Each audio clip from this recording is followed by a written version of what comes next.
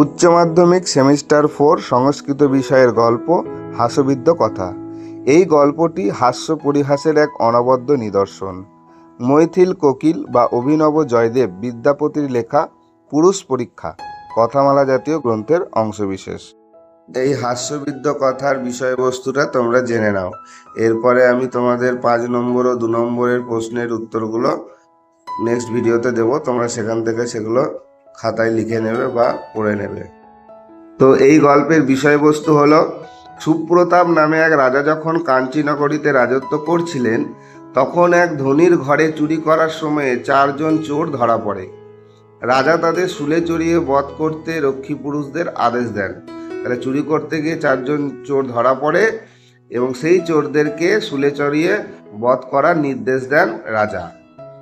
বদ্ধভূমিতে 3 জন চোরকে সেভাবে মারা হলে চতুর্থ চোরটি নিশ্চিত মৃত্যুর হাত থেকে রক্ষা পেতে জল্লাদদের জানালো যে সে একটি মহতী বিদ্যা জানে এবং সে মারা গেলে বিদ্যাটি পৃথিবী থেকে লোপ পাবে। তাই তার অনুরোধ, রাজাকে এই বিদ্যা দান করার পর তাকে যেন হত্যা করা হয়। ঘাতকেরা তাকে রাজার কাছে নিয়ে গেলে সে রাজার প্রশ্নের উত্তরে তার সোনার চাষ করার পদ্ধতি জানা আছে বলে রাজাকে জানায়। রাজার অনুমতি পেয়ে সে সর্ষের বীজের মতো সোনার বীজ তৈরি করে ক্ষেত প্রস্তুত করে একজন বোনার লোক চাইল, যে জীবনে কোনোদিন কোনোভাবে কোনো কিছু চুরি করেনি। রাজা থেকে শুরু করে মন্ত্রী পর্যন্ত এমনকি ধর্মাধ্যক্ষও তা বপন করতে রাজি হলেন না, কেননা তারা প্রত্যেককেই কোনো না কোনোভাবে কোনো কিছু চুরি করেছে। তখন চোরটি বলল যে আপনারা সকলেই চোর, তাহলে চুরির দায়ে কেবল তাকেই কেন প্রাণদণ্ডে দণ্ডিত করা হচ্ছে? চোরের সেই কথা শুনে সকলেই হেসে উঠল। রাজা জানালেন, কুবুদ্ধি হলেও চোরটি চতুর ও হাস্যরসে নিপুণ, তাই তিনি চোরকে মৃত্যুদণ্ড থেকে অব্যাহতি দিয়ে হাস্যরস পরিবেশনের জন্য নিজের কাছে রেখে দিলেন।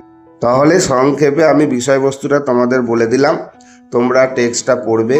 টেক্সটের লাইনগুলো যেগুলো খুব ইম্পর্টেন্ট, সেই লাইনগুলো তোমরা সংস্কৃত হরফটা ভালো করে চিনে নেবে। চিনলে তাহলে প্রশ্নগুলো অ্যাটেন্ড করতে পারবে।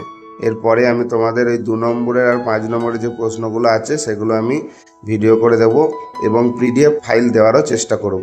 তোমরা আমাকে কমেন্ট করে জানাবে যে কারা কারা পিডিএফ পেতে চাও, তাহলে সেই মতো আমি তোমাদের পিডিএফ দেওয়ার ব্যবস্থা করে দেবো। তোমাদের উদ্দেশ্যে একটা কথা বলি, দেখো এই পিডিএফগুলো বানানোর সময় অনেক সময় অক্ষরে ভুলভ্রান্তি থেকে থাকে বা টাইপ করতে গেলে মিস্টেক হয়ে যায়, তো সেগুলো নিয়ে কেউ খারাপ কমেন্ট করবে না।